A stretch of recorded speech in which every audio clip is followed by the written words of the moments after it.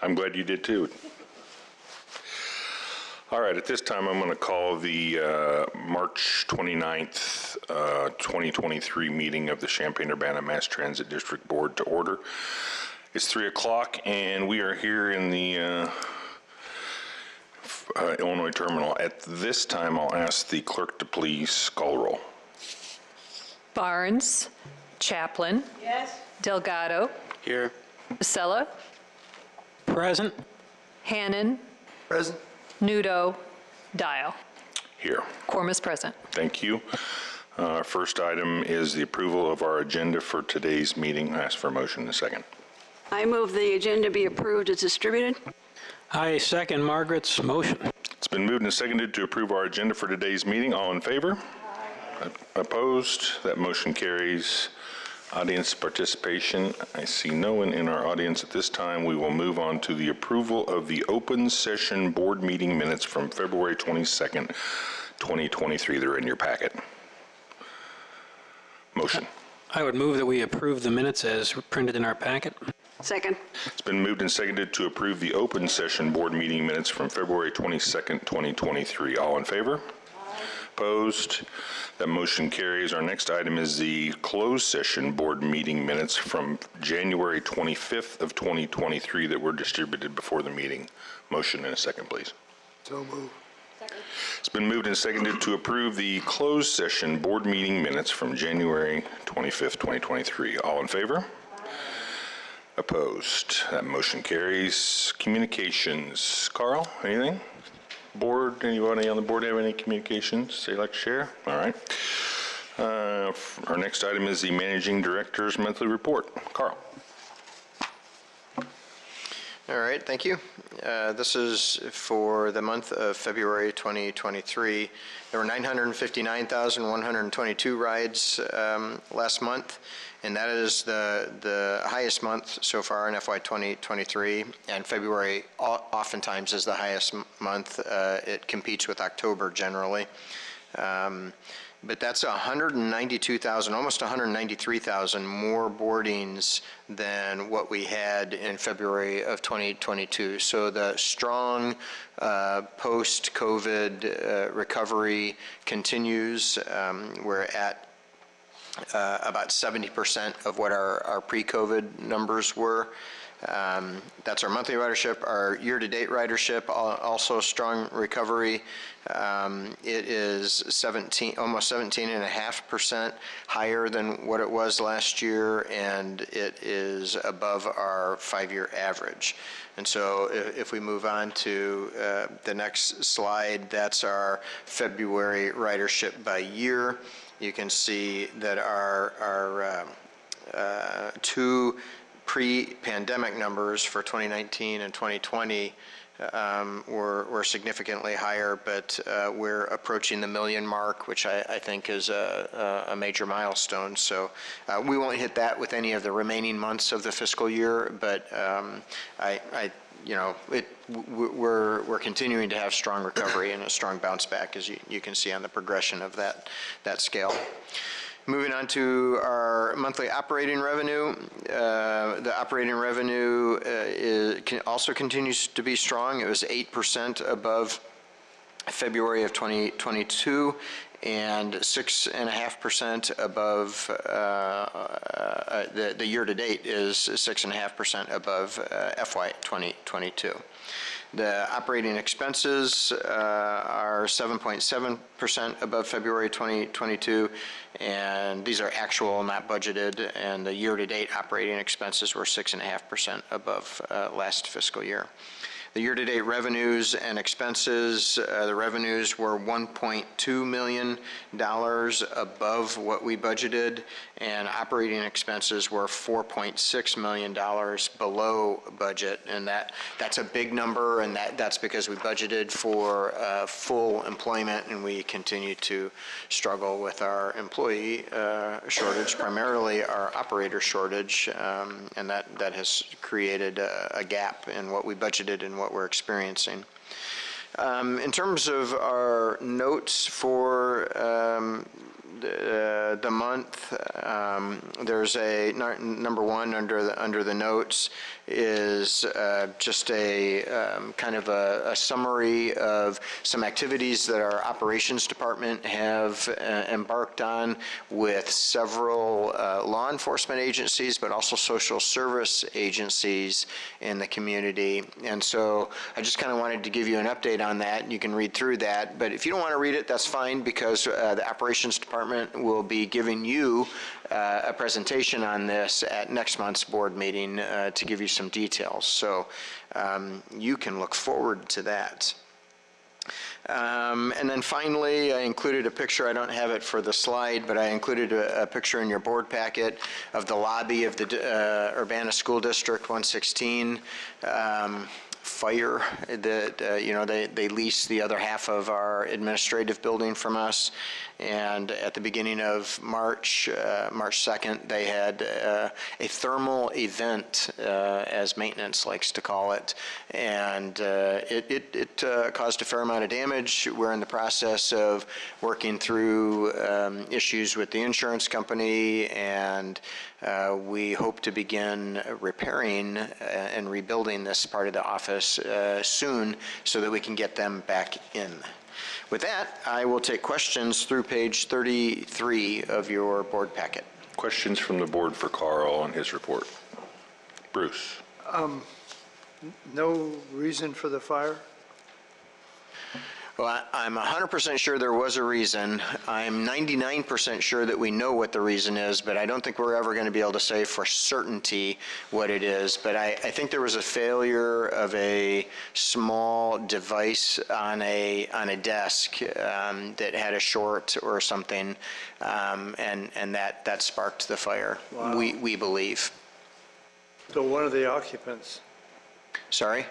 the equipment of some of the occupants. Sorry.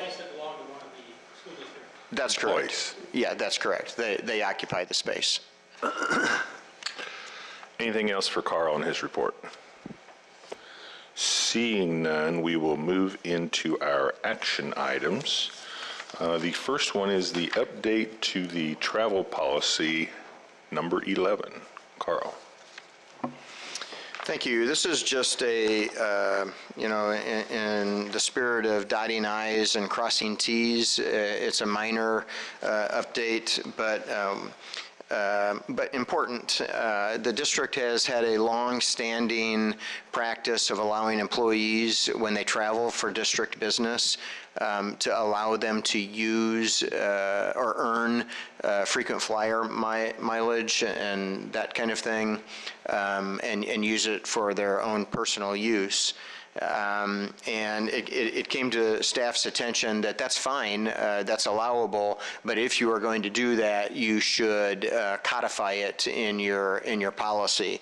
And while it's been a long-standing practice of ours, it wasn't documented in a policy. So the primary revision is that we clarify that is acceptable, and then the only other major change was that we clarify that we prefer that employees use the district credit card to make airline reservations and hotel reservations rather than their personal credit card.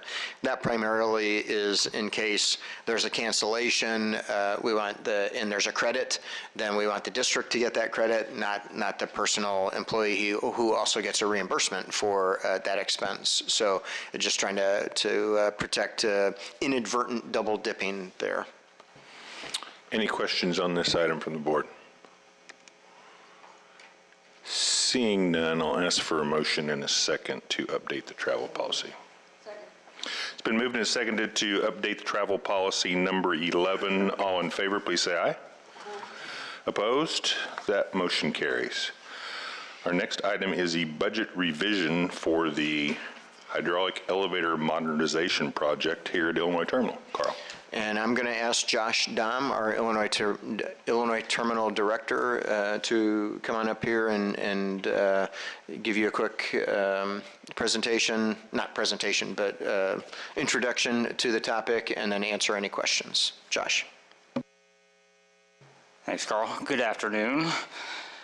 This action item is a request for a budget revision to execute services provided by Schindler Elevator in the amount of $273,438. This project was originally planned for fiscal year 2024 budget, but the recurring and escalating mechanical issues have increased the urgency to take immediate action. Over the past year plus, both elevators have experienced numerous mechanical issues, resulting in poor performance, costly repairs, and significant downtime. On several occasions, both elevators have been non-operational simultaneously. As you can imagine, in a facility such as this, the frequent repairs and downtime creates many operational and accessibility challenges, customer dissatisfaction, and ADA compliance concerns. Our elevators are original to the facility, so they're approaching 25 years of age.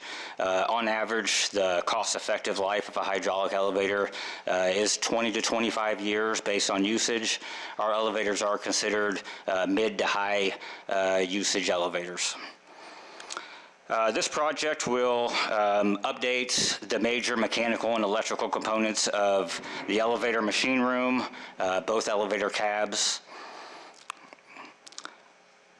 The project will be funded 100% with federal funds through the American Rescue Plan Act, or ARPA, and we are seeking sole source procurement based on the urgency of the project and Schindler's familiarity with the systems and the existing issues, with the understanding that a competitive procurement would likely delay the project significantly.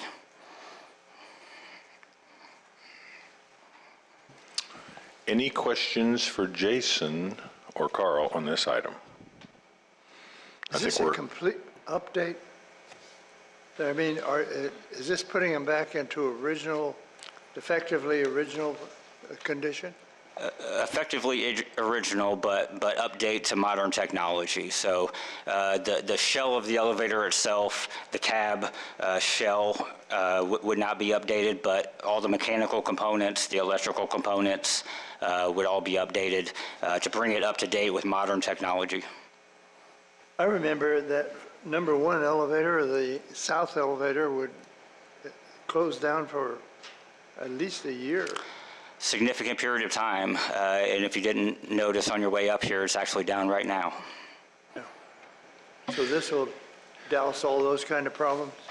This would solve all of those issues, provide greater reliability for the elevators, greater safety, and provide the necessary hardware and software to be able to effectively monitor and identify issues and correct them quickly. And if I could, two additional points, Bruce, related to your questions. One, I think, correct me if I'm wrong, Josh, but this modernization will also speed up the function of the elevators. One of the frequent complaints that we get, this is not why we're doing it, it's just kind of a bonus, but we frequently get complaints about the slow speed of the elevators, which is a function of the type of technology they are, and that it's only 4 floors. The more floors you have, a cab can gain speed, but when you only have 4 floors, it can't get up to a high speed. But this new version, I believe, closes that gap so that it will speed the elevators up, which is a positive. The other point I wanted to make, you mentioned I don't know, 4 or 5 years ago when that south elevator was down for almost a year.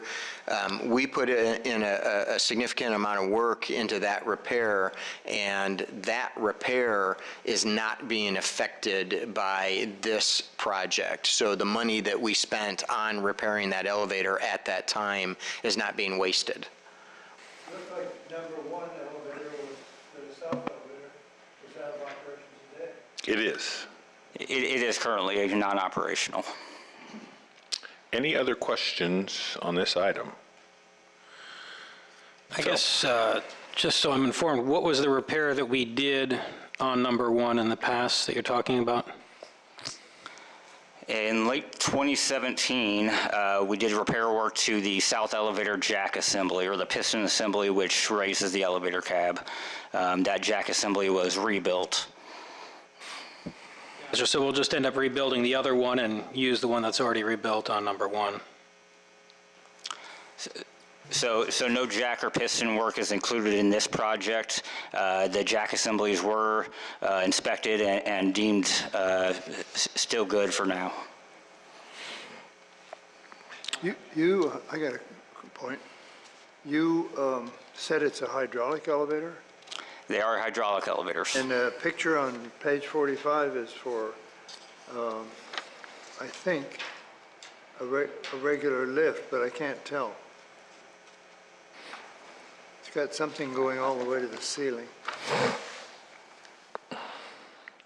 Is that a hydraulic elevator? That's a hydraulic elevator.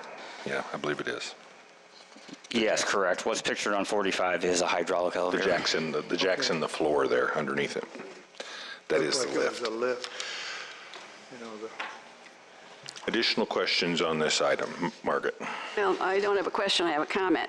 As a person who was once trapped in an elevator, I think it's also important to point out the communications capabilities. I mean, the company will be able to find out their problems with the elevator before we have to report them. And they'll know that somebody needs to come and take care of them. And they've, as I recall, I can't find it now, there is some statement that they will respond with a certain period of time once they find out there's a problem. Yeah, you're absolutely Good. correct. So included in this project is what Schindler calls the Schindler Ahead Plan, which provides onboarding diagnostic tools for them to be able to remotely monitor the elevators 24 hours a day. If any of the functionality of the elevators starts operating outside of the preset parameters, they'll automatically get notified, schedule a service call, and then come make the repair.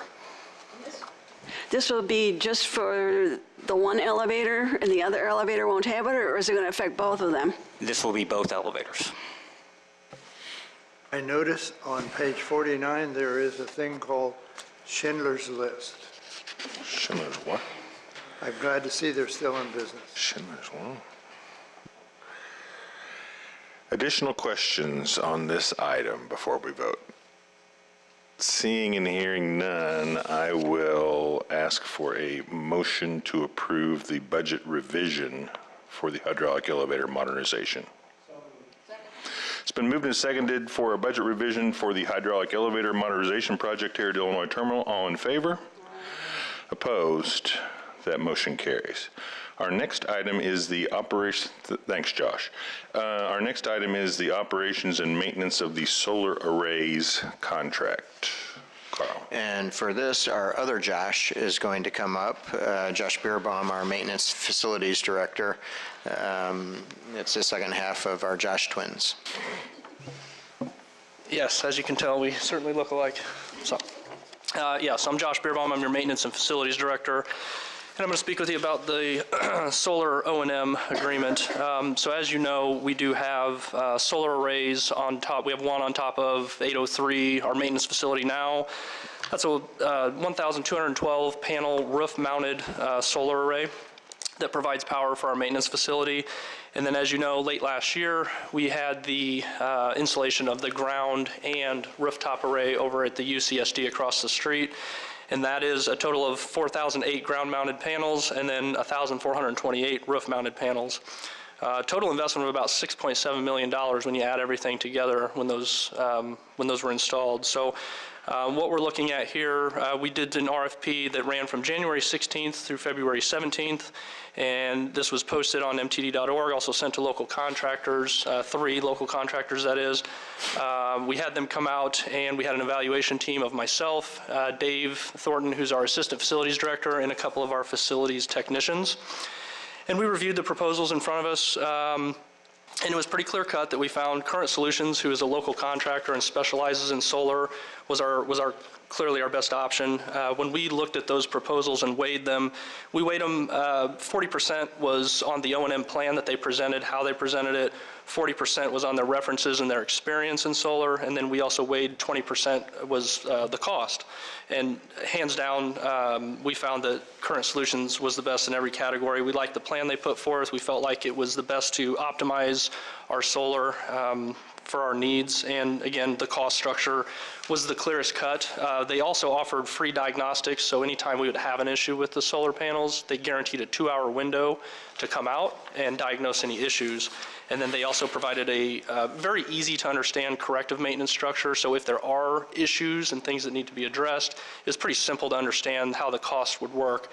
The other couple of RFP or people that had bid were Powell's Electric and Telemon, and their cost structures were a little confusing, hard to follow, so we felt a little more comfortable with Current Solutions. And we also have had some dealings with them already on a few solar issues we've had. They've come out pretty quickly and we're able to address our concerns. So cost structure wise, the solar system, it's $98,000 per year investment, and then there's also a $17,000 per year optional prairie grass maintenance proposal that we would like to do as well, for a total bid of $115,000 per year.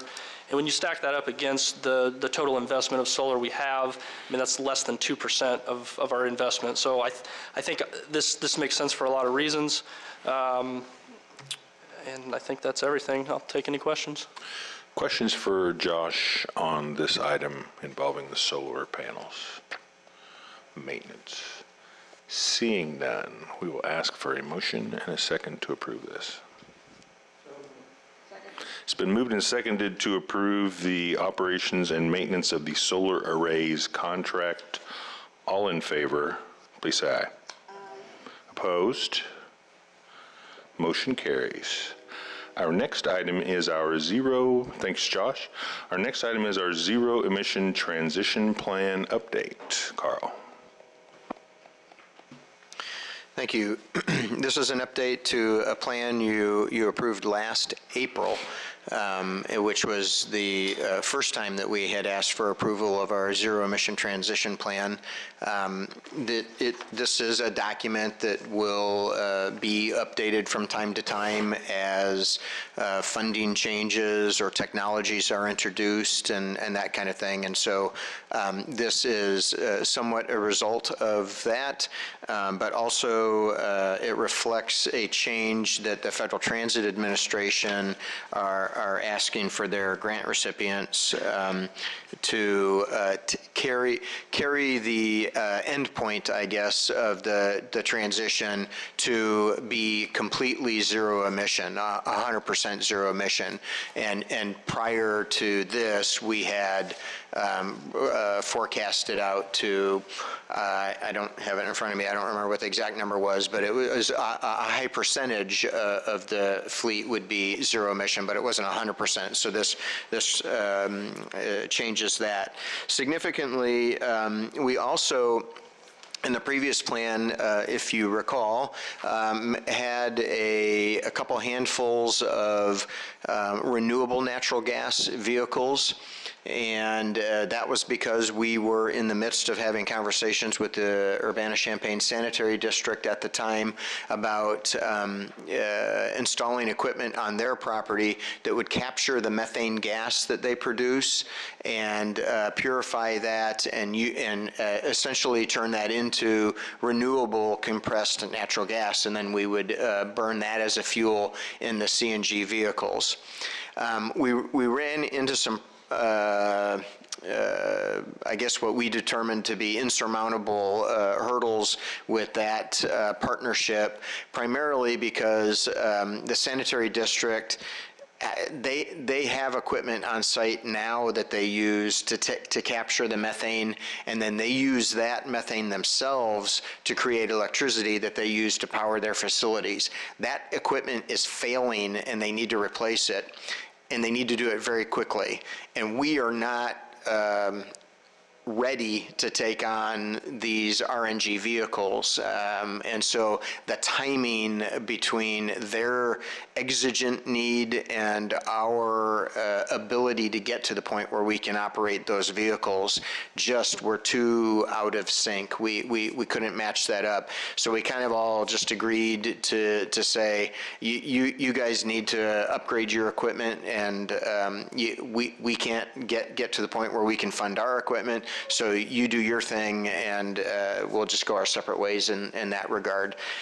So it's kind of a shame, but on the other hand, the Federal Transit Administration wants us to get to zero emission, and RNG buses are low emission, but they're not zero emission. So it was kind of fortuitous timing, perhaps. In addition to that, Bruce, you will be very happy to hear and see, I'm assuming you'll be happy, that this introduces battery electric vehicles, because if we're going to go 100% zero emission, there's a pretty strong belief from a staff perspective that we don't want to have all our eggs in one basket. Battery electric and hydrogen fuel cell electric vehicles are all still relatively new and rapidly evolving technologies. And so if 100% of our fleet is any one kind of technology, then there's a risk there. If something goes wrong with that technology, it could bring down our whole fleet. So introducing battery electric buses creates diversity within the fleet. So we're going to get there. We're going to be introducing battery electric as well. The other thing that comes into play is that we have been getting word from Cummins, who is our diesel engine manufacturer. Much of our fleet, the majority of our fleet, are diesel electric hybrids, and Cummins has begun messaging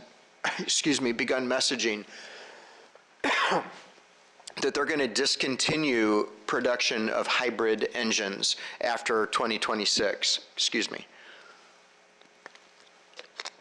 So after 2026, we won't be able to buy hybrid buses anymore, and that's why we will be, another reason why we will be purchasing 100% zero emission, because we don't want to go back to full-on diesel buses. That's counter to everything that the district has been moving towards since 2009. So those things are the primary thing. We have also added a page that addresses our van fleet instead of just our bus fleet. And again, Bruce, I expect you to be pleased that we're adding battery electric vans into that transition. And right now, there's really no readily available hydrogen fuel cell electric vans, and so it's the only zero emission alternative that we have available to us are battery electric.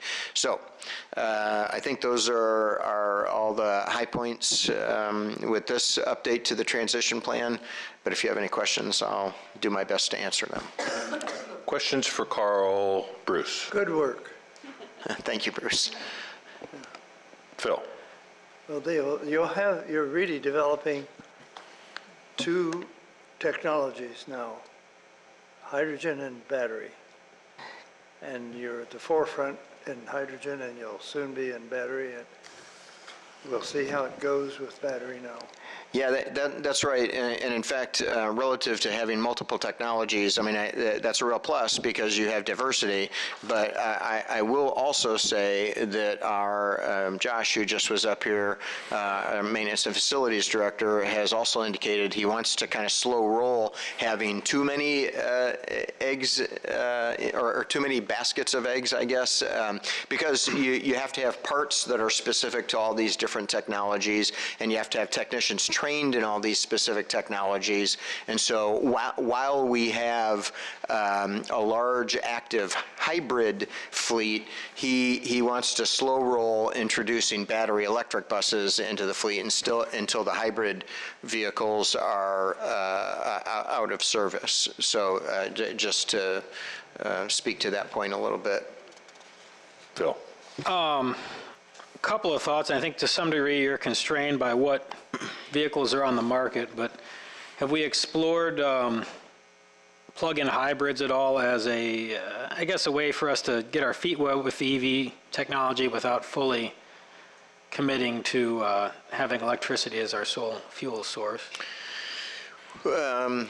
Not specifically, because there isn't a plug-in hybrid available by any of the current bus manufacturers. But in addition to that, now, even if anybody had been looking at producing that, if Cummins doesn't make the engine, then that would not be available after 2026 either.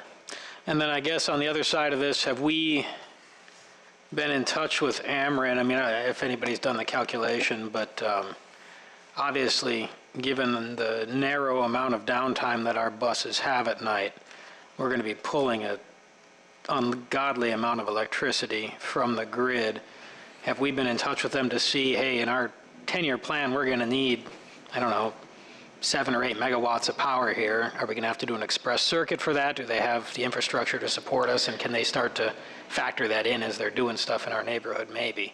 Yeah, we have not had that conversation yet, but we 100% will have that conversation. Ameren has been a great partner in terms of bringing the hydrogen fuel cell, the hydrogen production station online, which also, is complicated with the solar array, but we're drawing power from the grid at night, and so there were power needs there too. Ameren's been great to work with, but that is definitely something that we have to address, just like every transit system who has already introduced battery electric buses.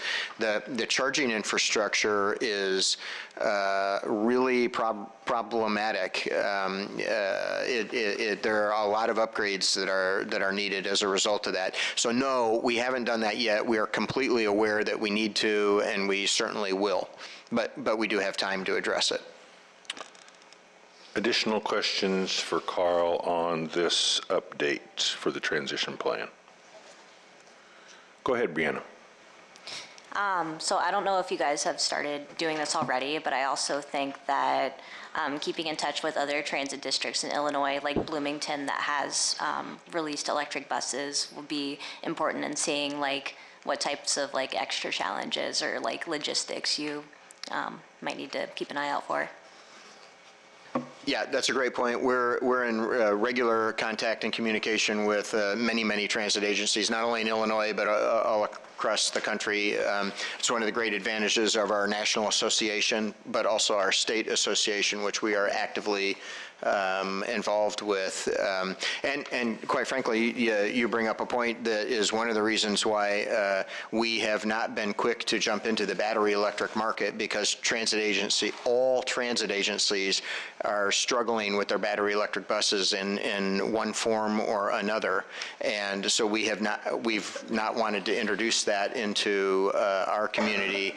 But, we're going to have to. And so I think the whole battery electric bus manufacturing industry is, they know that they need to fix these issues, and they work on it, and there are new generations of battery electric buses that are released all the time.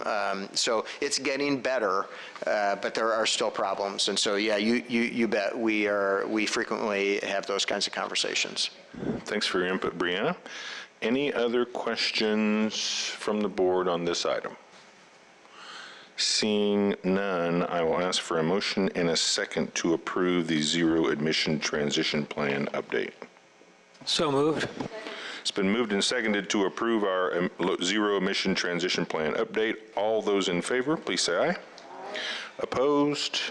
That motion carries. Our next item is Resolution 2023-1, the low or no emission grant and bus facilities grant concerning the purchase of 6 40-foot hydrogen fuel cell buses and a hydrogen station expansion. Carl.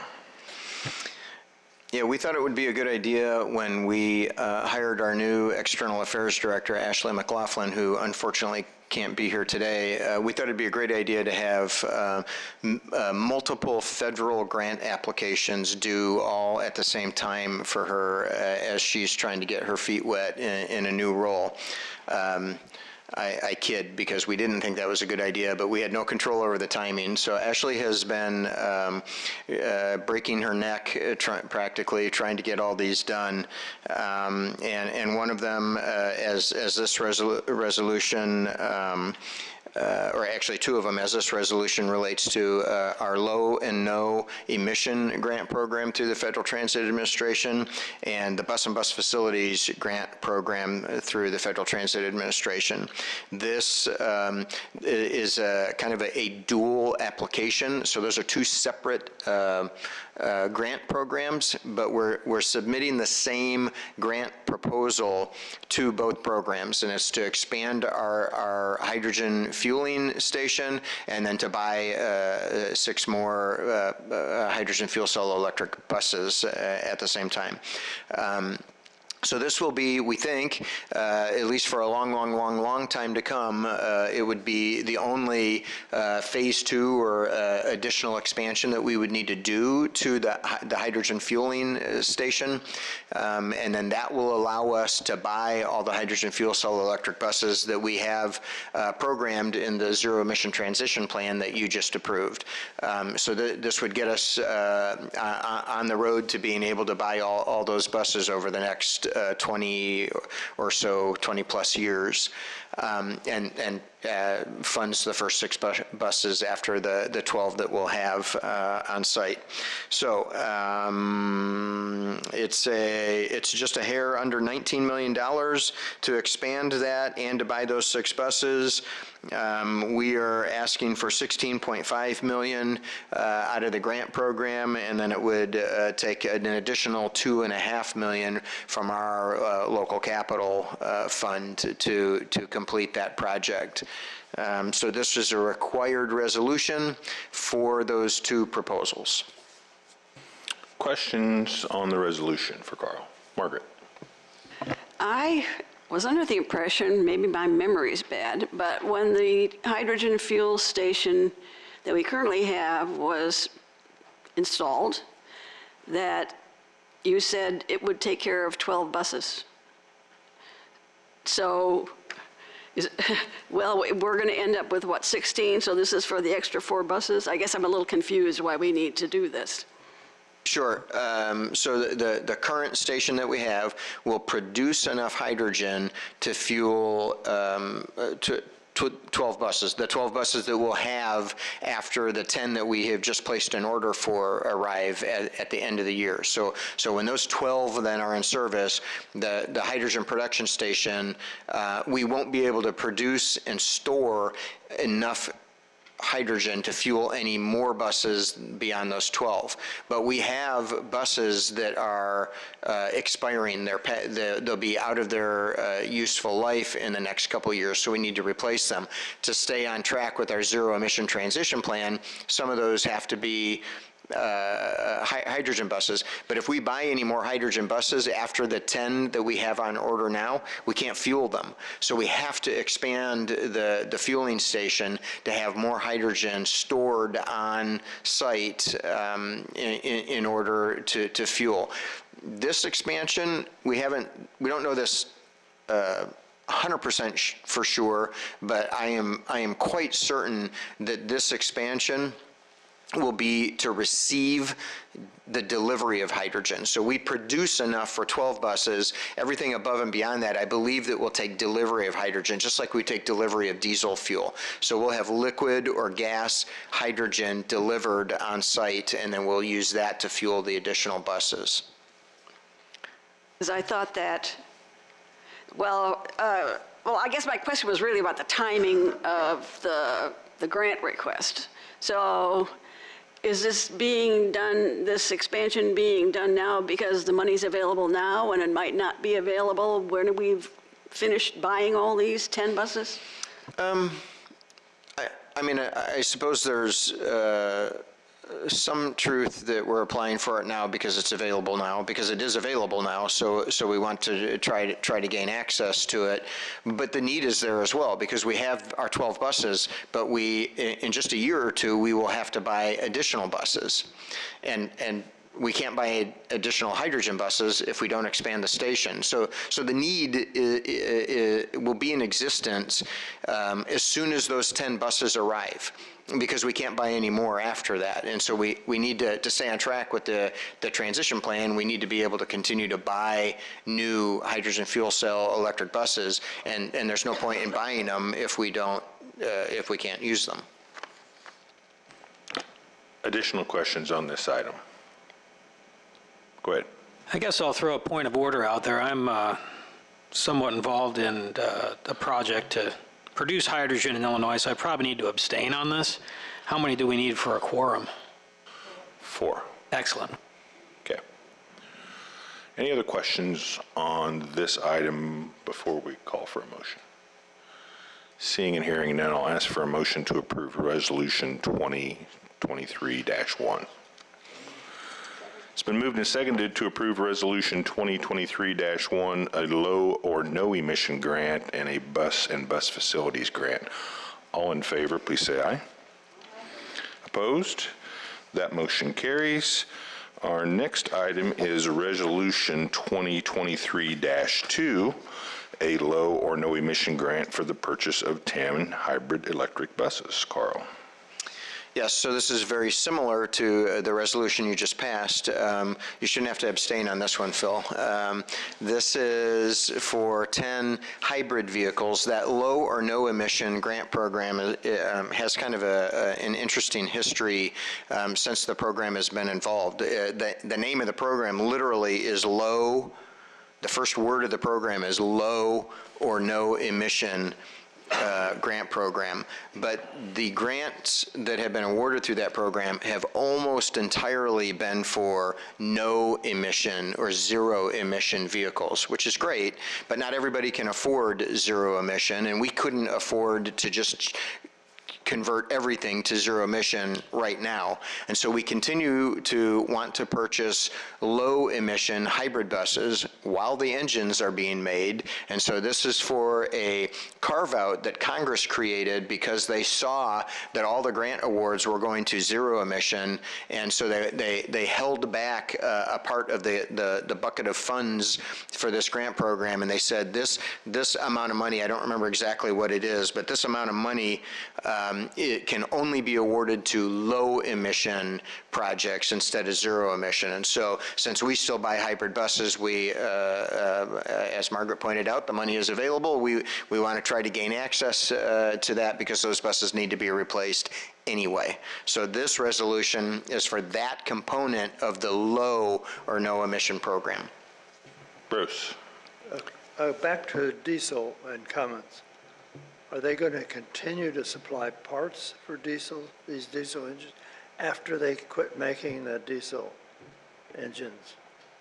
Yeah, that is such a great question, one that we also were concerned about and remain concerned about, but Cummins is saying unequivocally that not only do they plan on providing that, but they kind of say, of course, our product was purchased by federal funds primarily. The federal government will require us to continue to support these vehicles for the life of the vehicle.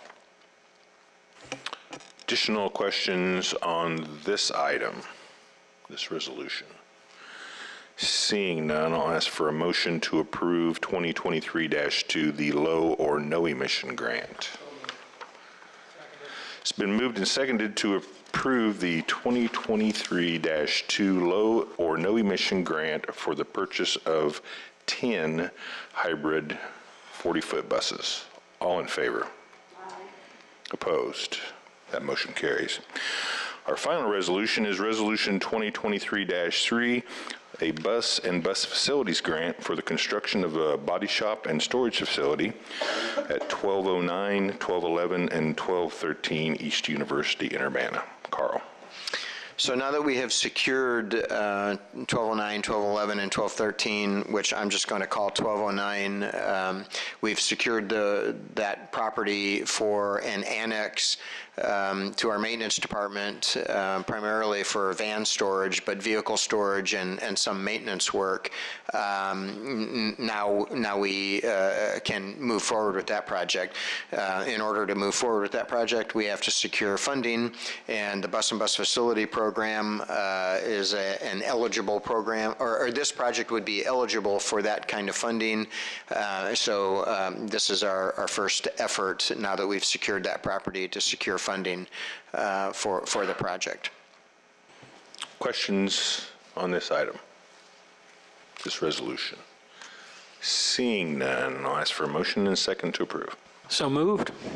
It's been moved and seconded to approve Resolution 2023-3, a bus and bus facilities grant for the new maintenance facility. All in favor, please say aye. Opposed?